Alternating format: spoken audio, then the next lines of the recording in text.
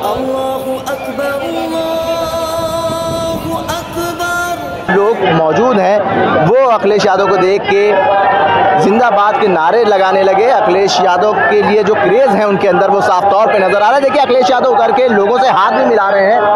बहुत ही खुशमिजाजी के साथ अखिलेश यादव इन तमाम नमाजियों से मिलते हुए नज़र आ रहे हैं। देखिए अखिलेश अब ईदगाह की तरफ बढ़ रहे हैं और उनके साथ जो सुरक्षा कर्मी हैं वो लोगों से अलग कर रहे हैं। अखिलेश अब अंदर आ रहे हैं। आप देख सकते हैं तमाम सुरक्षा कर्मी जो हैं वो उनको हटा रहे हैं, लेकिन अखिलेश यादव तमाम नमाजियों से मिल रहे हैं। और यहाँ पे जैसे ही अखिलेश यादव उतरे हैं अपनी गाड़ी से तो अखिलेश यादव के जिंदाबाद के नारे लगना शुरू हो गए थे। अब अखिलेश अंदर आ रहे हैं। आप देख सकते हैं वो ईदगाह के अंदर आ चुके हैं। तमाम नमाजियों को और प्रदेशवासियों को शुभकामनाएं देंगे। ऐशबाग ईदगाह में आज ईद उल फित्र की नमाज अदा की गई। आप देख सकते हैं लाखों की तादाद में यहाँ पे नमाजी इकट्ठा हुए हैं और अभी नमाज अदा की गई है, जिसके बाद अब इमाम खुतबा कर रहे हैं, फिर दुआ होगी और बड़ी सुरक्षा व्यवस्था का इंतजाम पुलिस के तरफ से किया गया है। आरआरएफ के, पीएसी के और पुलिस के जवानों को यहाँ पे तैनात करा गया है। तमाम सत्ताधारी और विपक्षी पार्टियों के नेताओं का यहाँ पे आना शुरू हो चुका है और तमाम नेता यहाँ पहुँच चुके हैं और तमाम प्रदेशवासियों को वो ईद उल फित्र की मुबारकबाद देने यहाँ पहुँचे हैं। आप देख सकते हैं यहाँ पे अभी खुतबा चल रहा है। जो मजमा है, जो हुजूम है नमाजियों का, वो आपको दिखाते हैं। देखिए जहाँ तक आपकी नजरें जाएंगी ये नमाजी जो बैठे हुए हैं वो नजर आएंगे। आप देख सकते हैं बड़ी तादाद में ऐशबाग ईदगाह में ईद उल फित्र की नमाज अदा करने के लिए नमाजी पहुंचे हैं और यहाँ पे पुलिस ने बड़ी सुरक्षा व्यवस्था का बंदोबस्त करा है। बड़ा मुस्तैदी से यहाँ पे पुलिस और पीएसी और आरआरएफ के जवानों को यहाँ पे तैनात करा गया है और बहुत सुकून और इत्मीनान के साथ नमाज अदा की गई है। अगर ये कहें कि जो बंदोबस्त करे गए थे, चाहे वो ईदगाह की तरफ से करे गए हों, चाहे पुलिस प्रशासन की तरफ से करे गए हों, वो बहुत पुख्ता करे गए थे और किसी भी तरीके की कोई भी दिक्कत का सामना किसी नमाजियों को और किसी भी रिहायशियों को नहीं करना पड़ा। ईद के त्यौहार की बहुत बहुत मुबारकबाद। आज आपके माध्यम से पूरे प्रदेश, देश और दुनिया के सभी लोगों को बहुत बहुत आज मैं मुबारकबाद देना चाहता हूँ। ईद का त्यौहार हम सब खुशी से मनाते हैं, एक दूसरे से गले मिल कर के, सिमैयाँ खा कर के, और उम्मीद करते हैं कि जिस तरीके से हम सब गले मिल कर के एक दूसरे का सम्मान करते हैं, एक दूसरे से कैसे हमारे बीच मोहब्बत बढ़े, प्यार बढ़े, लगाव बढ़े, और यही हमारे देश की खूबसूरती है कि जहाँ पर अलग अलग धर्म के, अलग अलग रास्ते पे चलने वाले लोग सब हम एक साथ मिलकर के रहते हैं। दुनिया में भारत जैसा अच्छा देश, हिंदुस्तान जैसा खूबसूरत देश कहीं नहीं है जहाँ इतनी जाति धर्म के लोग मिलकर के रहते हैं, त्योहार मनाते हैं, एक दूसरे से खुशियाँ बांटते हैं। जहाँ हम एक दूसरे की खुशियों में शामिल होते हैं, वहीं एक दूसरे की दुख तकलीफ में भी शामिल होते हैं। हम एक दूसरे की परेशानियों में एक दूसरे की मदद करते हैं। यही समाज हमारा इसी तरीके से बना रहे और जब हम सब मिलकर के रहेंगे तो हमारा देश और तरक्की और खुशहाली के रास्ते पर जाएगा। आपके साहब कह रहे हैं कि जो रेस्ट्रिक्शंस लगाए गए हैं ये एक अनडिक्लेयर्ड इमरजेंसी है। मेरे पत्रकार साथियों, हालांकि आपको पता होगा और इसमें से मैं देख रहा हूँ बहुत सारे सीनियर लोग भी हैं और बहुत वर्षों से आ रहे हैं यहाँ पर और यहीं पर कवर करने आते हैं, कवरेज करने आते हैं। आप इसी जगह पर मिलते हैं। कभी इतनी बैरिकेडिंग नहीं होती होगी। जब मैं आज आ रहा था तो जानबूझ करके पुलिस ने मुझे रोका। मैंने जानना चाहा कि भाई क्यों नहीं जाने दे रहे हो। पूरी बैरिकेडिंग लगा करके मुझे आधे घंटे जब बात की तब जाने दिया बड़ी मुश्किल से, और एक गाड़ी जाने दी। और जब जानना चाहा मैंने कि आखिरकार क्यों ऐसा किया जा रहा है, तो किसी अधिकारी के पास जवाब नहीं था। आखिरकार इसको मैं क्या मानूं, क्या समझूं? इसको मैं तानाशाही समझूं, मैं इसको इमरजेंसी समझूं, मैं इस बात को ये समझूं कि ऐसा दबाव बनाना चाहते हैं, डराना चाहते हैं, धमकाना चाहते हैं कि दूसरे के धर्मों में शामिल ना हो, दूसरों के कार्यक्रम में शामिल ना हो। कम से कम मुझे ये बताओ, मैं जाने कितने वर्षों से यहाँ आ रहा हूँ। मुझे याद है नेताजी मुझे पहली बार लेकर के आए थे, उस दिन से आज तक लगातार आ रहा हूँ, लेकिन ऐसी बैरिकेडिंग कभी नहीं देखी। और बैरिकेडिंग इसलिए की जा रही थी कि लोग त्योहार ना मना पाए और जो अपनी धर्म की मान्यताएं हैं, धर्म की जो परंपराएं हैं, वो भी ना मान पाए। तो सबसे बड़ा खतरा लोकतंत्र को है, संविधान को है। ये सरकार बड़ी जिम्मेदारी के साथ मैं कह सकता हूं, या मुझे नहीं कहना चाहिए, लेकिन फिर भी मैं कह रहा हूं कि ये देश भारतीय जनता पार्टी संविधान से नहीं चला रही है। बिल लागू होने जा रहा है सर देश भर में। जब मुबारकबाद दे रहे थे तो लोगों ने उनको वापस जाओ के नारे लगाएंगे, विरोध किया। लेकिन मैं इसमें कुछ नहीं कह सकता हूँ।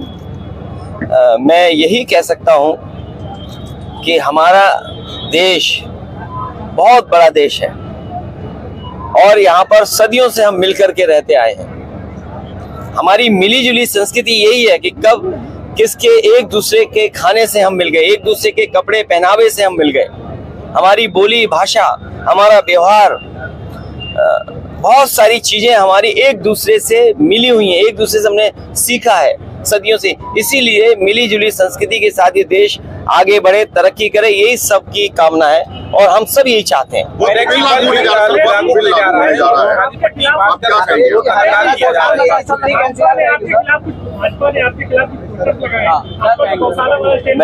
मैं तो भाजपा से कहूंगा, अगर गाय के सवाल पर हमसे बेहतर कौन जानता होगा।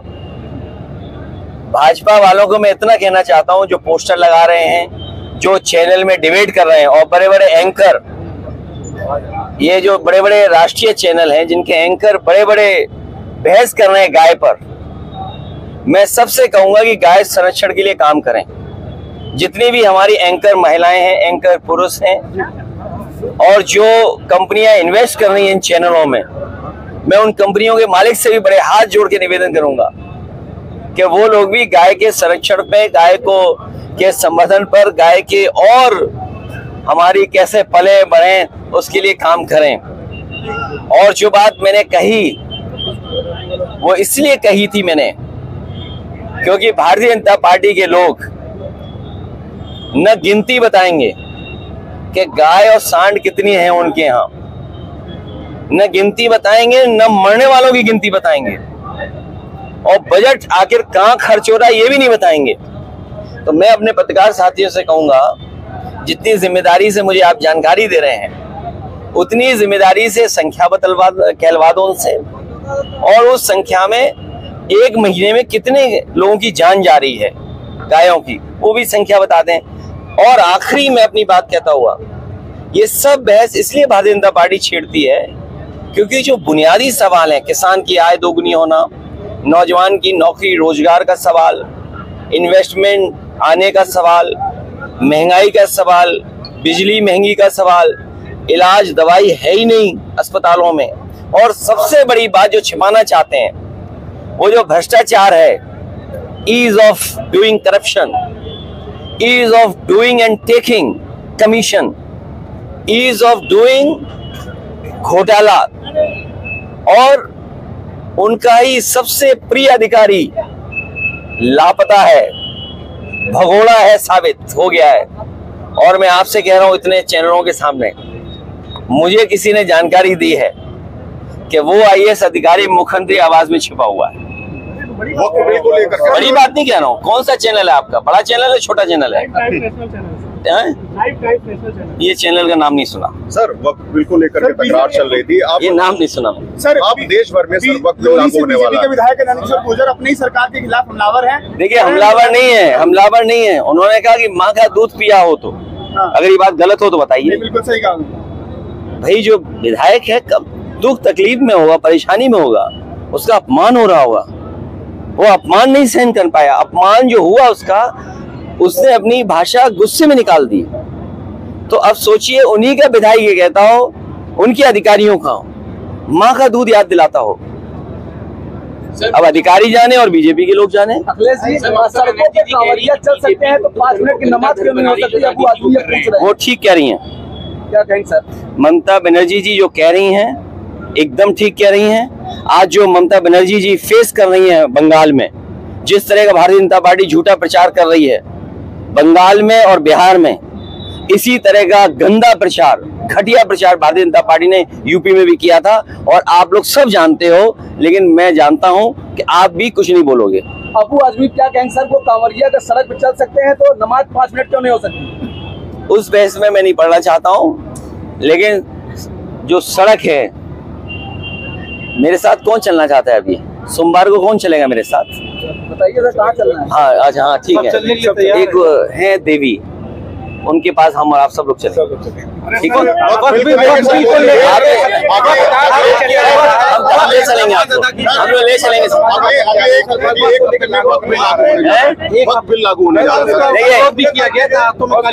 है। ये मैं आपको बताऊं, आप कहाँ के हो?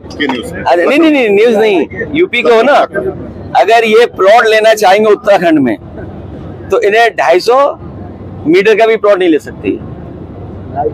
सोचिए, आप ही के प्रदेश से निकला हुआ बना हुआ प्रदेश, और अगर आप जाना चाहें तो आप वहां 250 मीटर का भी प्लॉट नहीं ले सकते। बताइए, आपका पड़ोसी प्रदेश, सोचिए ना क्यों।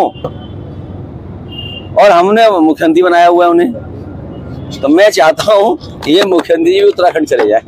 आपके सरकार में जो लगाए गए थे, मैंने तुमसे क्या कहा? बीजेपी ने पहले एंग्लो इंडियन का वो लिया वापस आरक्षण, जो एंग्लो इंडियन का रिजर्वेशन था वो छीन लिया। जीएसटी से कहा कि हमारे जो व्यापारी हैं उनको सुविधा मिलेगी, उनको मदद मिलेगी। जीएसटी ने महंगाई बढ़ा दी, व्यापार बर्बाद कर दिया, व्यापारी परेशान कर दिए। नोटबंदी ने ये कहा कि भ्रष्टाचार खत्म हो जाएगा। आप बताइए कितने का कमीशन का मामला चला यहाँ पर? ये बंटवारे का झगड़ा है, कमीशन का झगड़ा नहीं था।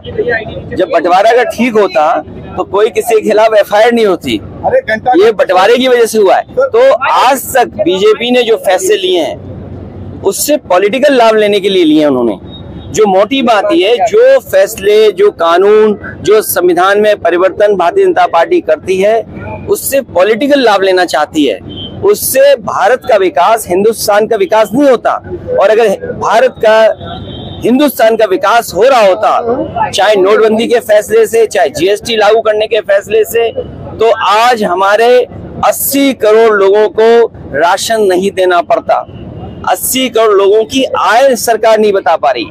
आप वक्फ बोर्ड की बात कर रहे हैं, बीजेपी वालों से पूछिए कि 80 करोड़ लोग जिन्हें आप राशन दे रहे हो उनकी प्रति व्यक्ति आय क्या है? और आपसे बेहतर कौन जानेगा, कोविड के बाद से आपका वेतन नहीं बढ़ा। कल ही आएगा सर, ये मोदी की बोर्ड सर कल आएगा। क्या करेंगे सर आप लोग वहाँ पर? ये बोर्ड, ये तुम्हें नहीं पता क्या? Thank you sir. हमारे उत्तर प्रदेश की राजधानी लखनऊ से तमाम देशवासियों को, प्रदेशवासियों को ईद की ढेर मुबारकबाद। हमारे मीडिया भाई जितने भी हैं, आप सबको भी ईद की बहुत बहुत मुबारकबाद। ये ईद भाईचारे का त्योहार है। 30 दिन जो रोजा रखते हैं ये तपस्या और त्याग का प्रतीक है, और तपस्या और त्याग के बाद ईद की खुशियां हम मनाते हैं। ये जो मीठी ईद है जिसमें हम सेवैयां खाते हैं, ये सेवैयां जो है ये भाईचारे का प्रतीक है। आज जिस तरीके से केंद्र की हमारी मोदी सरकार, प्रदेश की मोदी सरकार ने सबका साथ सबका विकास के नारे पे जो काम किया है, खासतौर पर अल्पसंख्यक मुस्लिम समाज के लिए हमारी डबल इंजन की सरकार ने धरातल पे बहुत ईमानदारी से काम किया है। आज ईद के इस मौके पे मैं तमाम देशवासियों को बहुत दिली मुबारकबाद पेश करता हूं, और हम सब मिलजुल के भाईचारे के साथ रहें। विकसित भारत 2047 का जो हमारा संकल्प है उसमें हम सब बढ़ चढ़ के अपनी सहभागिता करें। यही संदेश आज इस लखनऊ की सरजमीन से पूरे देश को देते हैं। आपका बहुत बहुत शुक्रिया। जय हिंद। परंपरागत तरीके से ये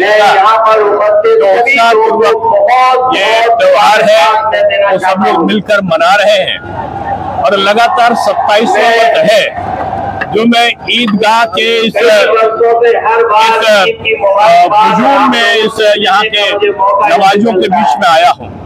ये देश आपसी सद्भाव, आपसी मेल मिलाप और एक शांतिपूर्वक रहने का समय आज हमारे देश में है। और मैं समझता हूँ कि जो होली की अभी हमने गुजिया खाई है उसकी जो मिठास थी वो अब सेवैया की मिठास के साथ में और मजबूत होगी। इस देश में मिलकर रहने की जरूरत है और कुछ जो नापाक इरादे वाले लोग हैं जो बांटना चाहते हैं देश को, उनकी चलने वाली नहीं है। ये देश मिलकर रहेगा, सबको बराबर के अधिकार के साथ चलेगा। देश के प्रधानमंत्री सबका साथ सबका विकास सबके लिए विश्वास के साथ काम कर रहे हैं। हमारे मुख्यमंत्री उसी तरह देश की उन्नति के लिए काम कर रहे हैं। और मैं सबसे यही कहूंगा, ये मुल्क सबका है और इस मुल्क में हम मिलकर काम करें तभी हमारी तरक्की होगी, हमारे देश की तरक्की होगी, हमारा भेदभाव समाप्त होगा। भारतीय जनता पार्टी की सरकार के समय ही शिया सुन्नी के जो आपसी नासमझी होती थी उसको ठीक करने का काम किया गया। हम राजनीति नहीं, हम देश की तरक्की के लिए काम करते हैं। यही संदेश आज हम सबका है और हम सबको अपने ईद की मुबारकबाद पेश करते हैं। सरकार की तरफ से बहुत बहुत मुबारकबाद देता हूँ।